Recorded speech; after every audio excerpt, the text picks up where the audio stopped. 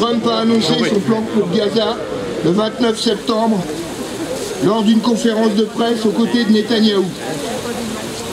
Plan salué par les gouvernements impérialistes, dont celui de Macron. Profitant de leur présence à l'Assemblée générale des Nations Unies, Trump l'a fait avaliser par les dirigeants qataris, saoudiens, indonésiens, turcs, pakistanais, égyptiens, émiratis et jordaniens. Quant à l'autorité palestinienne, elle a salué les efforts sincères et déterminés de Trump. Que contient donc ce plan? Selon le Washington Post, le plan évoque une cessation des activités militaires, un échange de prisonniers, la destruction de l'armement du Hamas, la sortie de Gaza de ses combattants et une possible amnistie pour ceux qui accepteront une coexistence pacifique avec Israël. Sous la pression de Trump, Netanyahou a dans un premier temps validé cet accord. Mais il lui faut obtenir l'accord de ses ministres les plus extrémistes qui pourraient le lâcher. Préventivement, le chef de l'opposition modérée, Yair Lapid, avait informé l'administration américaine qu'il assurerait à Netanyahou une majorité à la Knesset pour soutenir le plan de Trump. Cet accord sera-t-il encore à l'ordre du jour lorsque cet article sera imprimé, ou bien les multiples contradictions l'auront-elles déjà rendu caduque? Dans un cas, Gaza serait transformé en territoire sous l'administration militaire américaine. Dans l'autre, Netanyahou continuerait à avoir les mains libres, et dans tous les cas, il s'agirait d'une solution sans et contre le peuple palestinien. Ce 30 septembre, le correspondant à Gaza de l'AFP, rescapé des éliminations ciblées des journalistes, donne la parole à des survivants des camps de tentes de Gaza. Tout cela n'est qu'une farce. Trump et Netanyahou nous mentent, dit l'un. Nous attendions l'annonce d'un cessez-le-feu. Tout ce que nous voulons, c'est que les bombardements et les morts cessent. Pour la fin du blocus humanitaire, la libération des équipages et le libre passage des prochaines flottilles vers Gaza. Donc Israël a kidnappé l'équipage de 45 bateaux de la Global Summit Flotilla.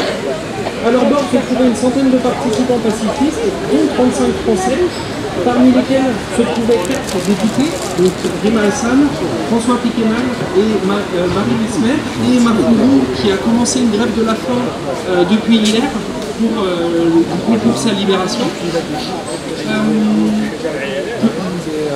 Donc hier ont été privés de nourriture et d'eau, pour certains interdits de voir leurs avocats. Leur seul objectif était de faire groupe pacifiquement pour briser le blocus illégal et meurtrier imposé à Gaza.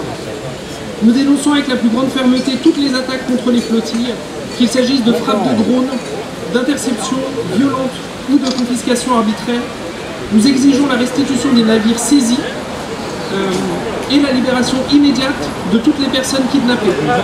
Le droit international humanitaire, le droit de la mer et de la liberté de navigation dans les eaux internationales ne peuvent pas être impunément bafoués. Et d'ailleurs, je rebondis sur ça, ils en parlent beaucoup dans les médias mainstream, etc., comme quoi ils passeraient par les eaux israéliennes. Ce n'est pas vrai. La flottille ne passe que dans les eaux internationales, puis les eaux palestiniennes au large de Gaza.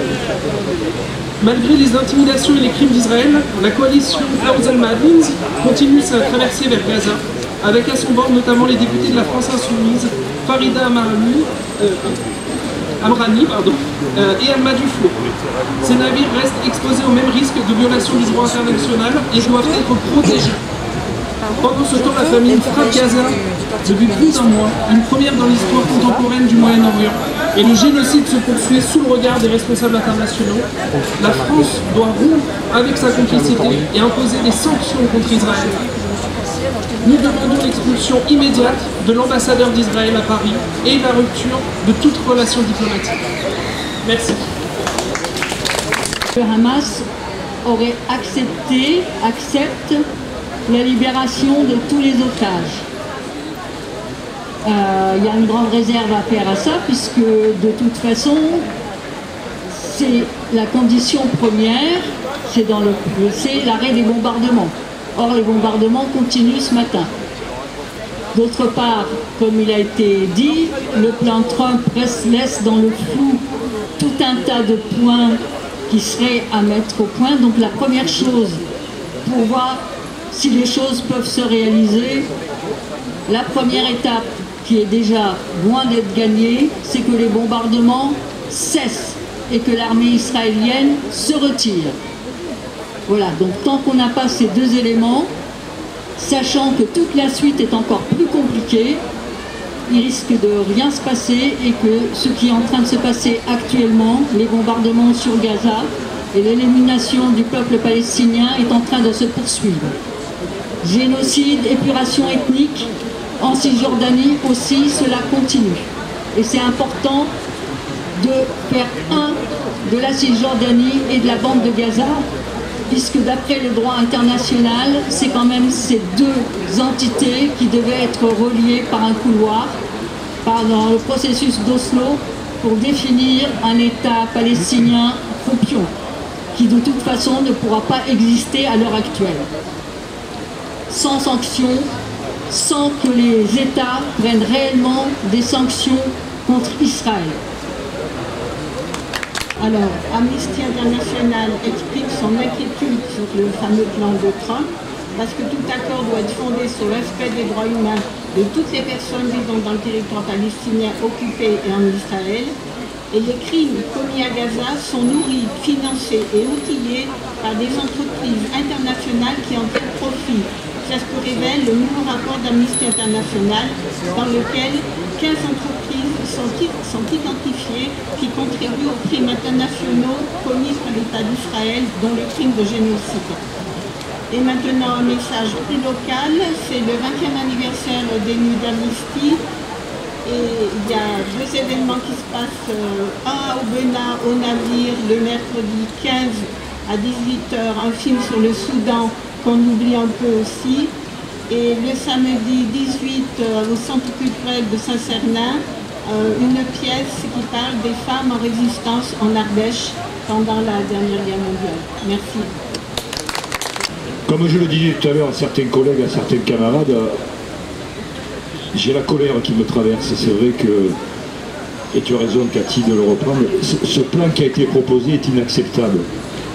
Il est inacceptable parce que quand on voit le culot qu'a eu Trump à l'Assemblée Générale des Nations Unies, là, il a pris la parole 45 minutes de plus que ce qu'il avait droit. C'est-à-dire que l'Amérique du Nord se permet d'humilier aussi l'ONU. C'est pas acceptable ça, avec tout ce qui se passe. De la même manière que c'est pas acceptable aussi le cinéma qu'on nous a fait par rapport au bateau qui a été arraisonné au large de la France, alors que la flottille, effectivement, concernant le soutien à Gaza et le transport de victuailles pour les Gazaouis, on en a très peu parlé dans les médias. C'est inacceptable. Et je suis en colère, c'est vrai, ce matin, par rapport à l'hypocrisie qui traverse les médias. On est habitué, même si ça fait des décennies qu'on milite, mais c'est pas acceptable. Il faut le dire honnêtement, Netanyahou, c'est le bras armé de l'Amérique du Nord. Il n'y a pas d'autre chose à dire. C'est l'Amérique du Nord, le bras armé, c'est Netanyahou. Voilà.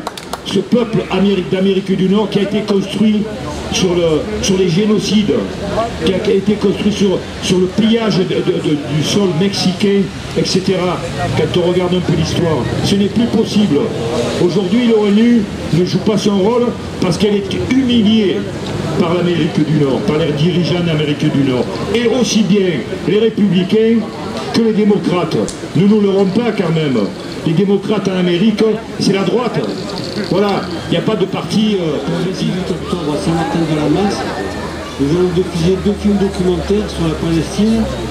Le premier qui sera de Patrice Forger, Gaza, un ballon, une jambe, c'est le titre de son documentaire. Il sera présent et il est également en contact avec des Palestiniens qui sont à Gaza, notamment un des Palestiniens du film qui est malheureusement décédé suite à des frappes israéliennes. Donc les projections, ça commencera à 6h30. Donc il parlera de son film, enfin il continuera pas son film, il parlera de son film, et ensuite il y aura un petit repas, qui sera organisé par l'association active de Saint-Martin-Valamasse. Et ensuite, nous passerons au deuxième film qui a été primé à Cannes cette année. Le titre, c'est Put Your Soul on Your Hand and Walk. Excusez-moi, je ne suis pas bien parler anglais. C'est un film d'une Iranienne, Sepideh Farzi, qui a produit ce film avec comme intervenante Fatem Massouna, qui était donc à Gaza. Et comme Sepideh Farzi ne pouvait pas accéder à Gaza, donc elle a été suppléée par Fatem Massouna, qui lui a envoyé des vidéos. Et suite à ces vidéos qu'elle a envoyées Fatem, elle a fait un documentaire qui est en lien avec pour le film, quoi. Mais Jean-Luc va nous en parler comment, parce qu'il est plus au courant du film. Et ceci dit, donc la soirée, ce sera donc le vendredi 18 octobre à partir de 6h30 à Saint-Martin-Valamasse. Saint-Martin-Valamasse, c'est en Ardèche, quoi. C'est à la salle du pont. La salle du pont, ou la salle des fêtes, et celle du pont. Voilà, ce sera la diffusion du film. À partir de 6h30. Il y aura un petit repas pour faire une coupure pour pouvoir passer au deuxième film. Il dure 30 minutes le premier film, le film de Patrice Forget. À Saint-Martin-de-Valamasse, le vendredi 17. Le vendredi 17 octobre, on projettera le film de Patrice Forget, un ballon une jambe, Gaza, un ballon une jambe. Et ensuite, on passera le film de Sepideh Farzi, Put Your Soul on Your Hand and Walk. Ouais. Voilà. C'est ces deux films-là. D'accord. Et ça commence à 6h30, il y aura une entracte où on mangera, mais ça sera payé par l'association. On fera un petit repas, quoi, et avant d'attaquer le deuxième film. Il va faire une pause, quoi. Parce qu'il est beaucoup plus long, le deuxième film. On ne va pas enchaîner les deux films d'un truc. D'accord. Merci beaucoup. Voilà.